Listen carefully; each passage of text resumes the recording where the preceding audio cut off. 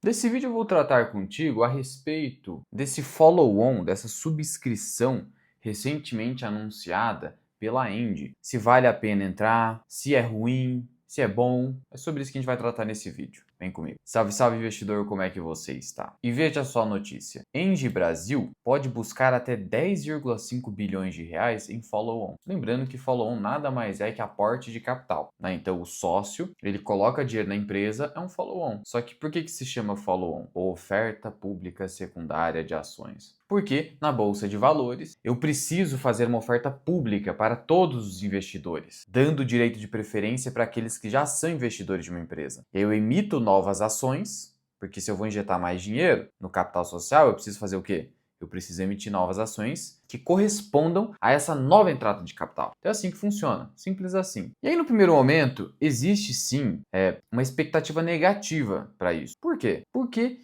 que colocar dinheiro novo na empresa pode ser ruim. Por conta do seguinte, um primeiro ponto é, a Engie, ela está em alta, alta forte. Vamos pensar o seguinte, ela subiu uns 15% nos últimos 12 meses, é o que consta aqui. Chegou a um topo aqui de quase R$ 38, aí caiu, é uma grande alta. Então esse é o primeiro motivo. Eu realizar aporte de capital, subscrição, quando as ações não estão em alta, geralmente é visto como algo negativo, porque significa que a empresa está pegando dinheiro do mercado enquanto ela está barata. E a ideia é eu vender ações quando elas estão caras, porque pode sinalizar desespero para os investidores, especialmente os minoritários, que os grandes investidores que controlam a empresa estão querendo dinheiro agora. Por que eles estão querendo dinheiro enquanto as ações estão em baixa? Esse é o primeiro ponto. Não estou falando que é o caso da Engie.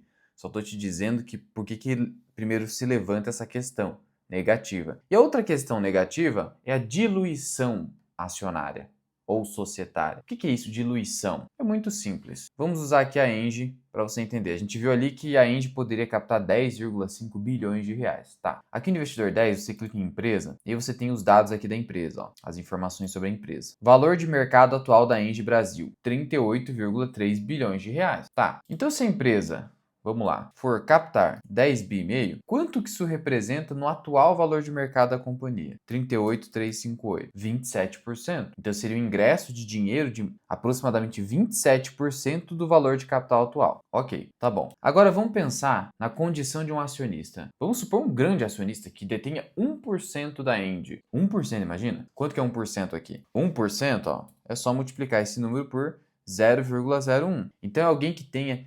383 milhões de reais de Engie. Loucura, né? Tá bom. Agora vamos supor que esse investidor não queira participar dessa subscrição, desse follow-on. Não queira entrar nessa oferta. Não quero. Vou ficar aqui com o meu 1%, meus 383 milhões de reais em Engie e deixa quieto. Aí eu te pergunto, esse cara hoje, antes do follow-on, tem 1% de participação na Engie. Só que será que esse 1% continuará sendo 1% pós-follow-on? Porque, veja, eu vou manter os mesmos 383 milhões de reais. Eu vou arredondar até para 384, para ficar mais fácil. Só que, o que vai acontecer? Se hoje eu detenho 38,358 de valor de mercado, eu tenho que somar com 10.500, que é a adição de dinheiro na empresa. E aí, teoricamente, ela teria um total de valor de mercado, teoricamente, supondo que não houvesse oscilações da Bolsa de Valores, o que não é verdade, é só uma pressuposição aqui para a gente explicar a questão da diluição societária, 48,8 bi. Eu te pergunto, quanto que é 1% de 48,8 bi? Que é os meus 1%?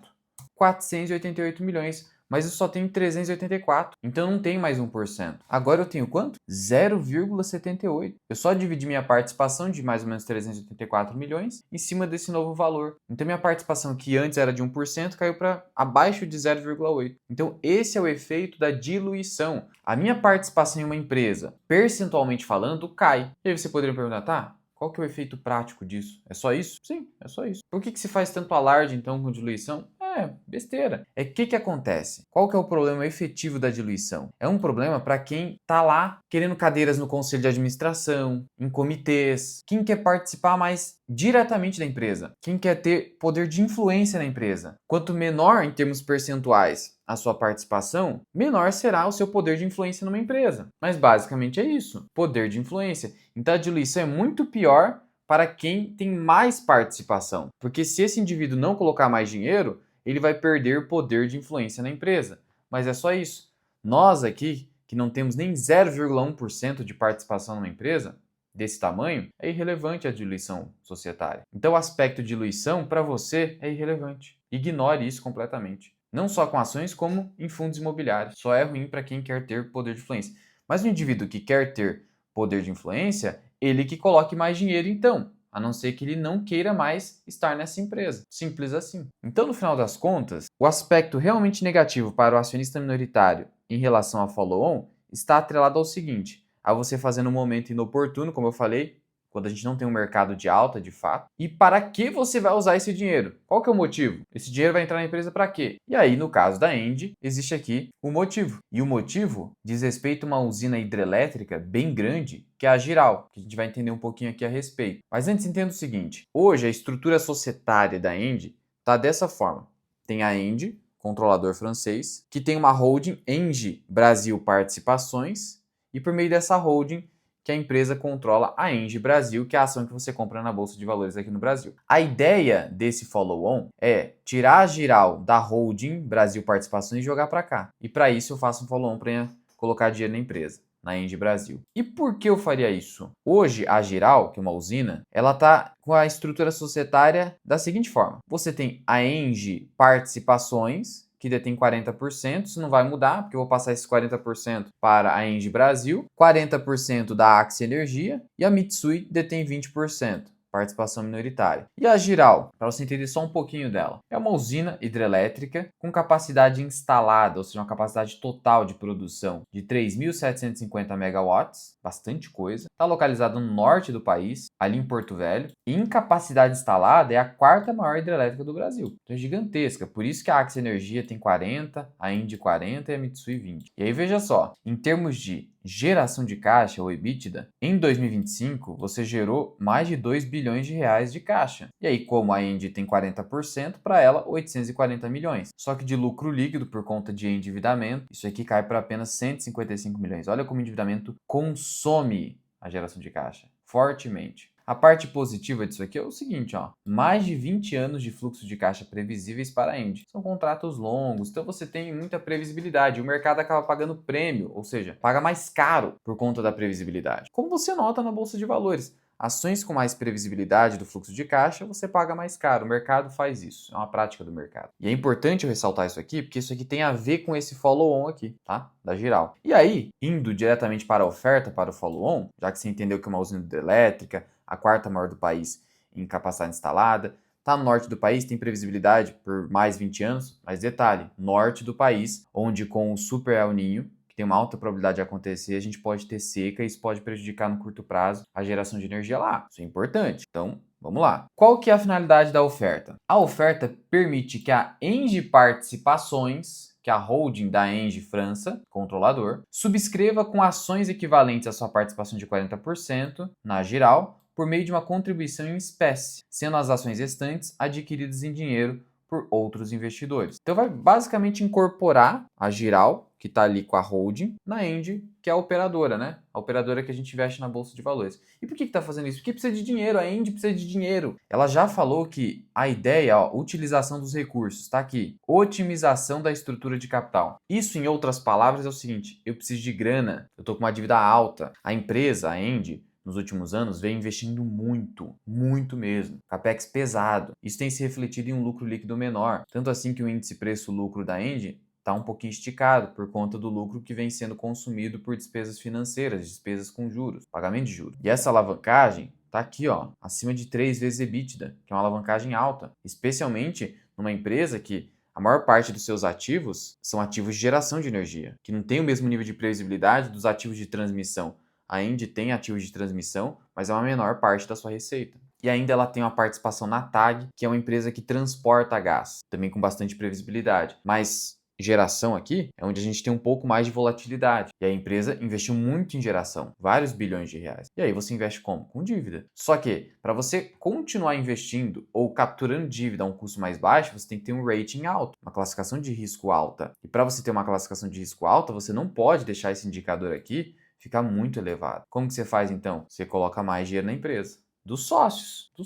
E aí você faz um follow-on. E a ideia é capturar no mínimo o valor de avaliação da Giral, 5,7 bilhões. Esse aqui não é um valor de avaliação total da Giral, é o valor da avaliação da participação que a Indy tem na geral, que é 40%. E aí, o adicional seria de até mais 4,7 bilhões. Então, se tiver muita demanda na subscrição, o que é algo imprevisível, você limita um máximo e aí totalizaria 10,5 bilhões. Mas a ideia é pegar o mínimo, que é 5,7 bilhões. E vale ressaltar o seguinte, a Giral, como hoje ela está na holding, os 40% está na holding, né? Esse ativo e essa geração de caixa, que vai bater R$ 1 bilhão, 2026, muito provavelmente, até acima disso, pensa comigo, como está na holding, isso não tem impacto na avaliação da Engie. A Engie que você investe na Bolsa de Valores, que é o operador de energia. Então hoje é como se a Giral não estivesse nos ativos da Engie, porque formalmente não está, só está lá na holding. Sendo assim, na prática, o que eu estou fazendo é adicionar essa geração de caixa na Engie. Então por isso que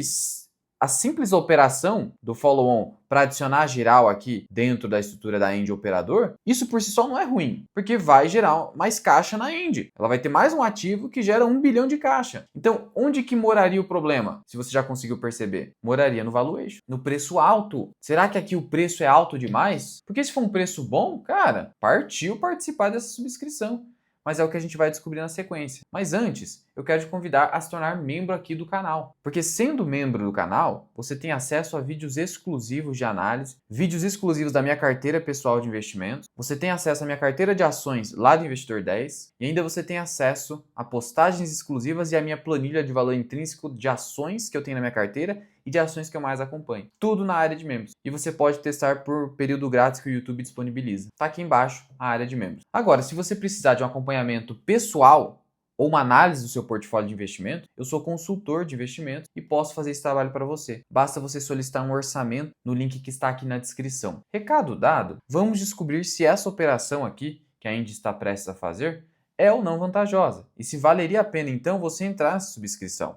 Não por conta de diluição societária que a gente viu que é irrelevante para você minoritário, mas sim pensando na vantagem, né? Na vantagem dessa incorporação. Então, vamos pensar no seguinte. Se eu simplesmente, isso não é correto, tá? Mas se eu simplesmente pegar esse EBITDA provável de 1 bilhão e comparar com esse valor referente à participação de 40%, eu estou falando que seria basicamente a empresa estar valendo quase 6 vezes o EBITDA, essa participação.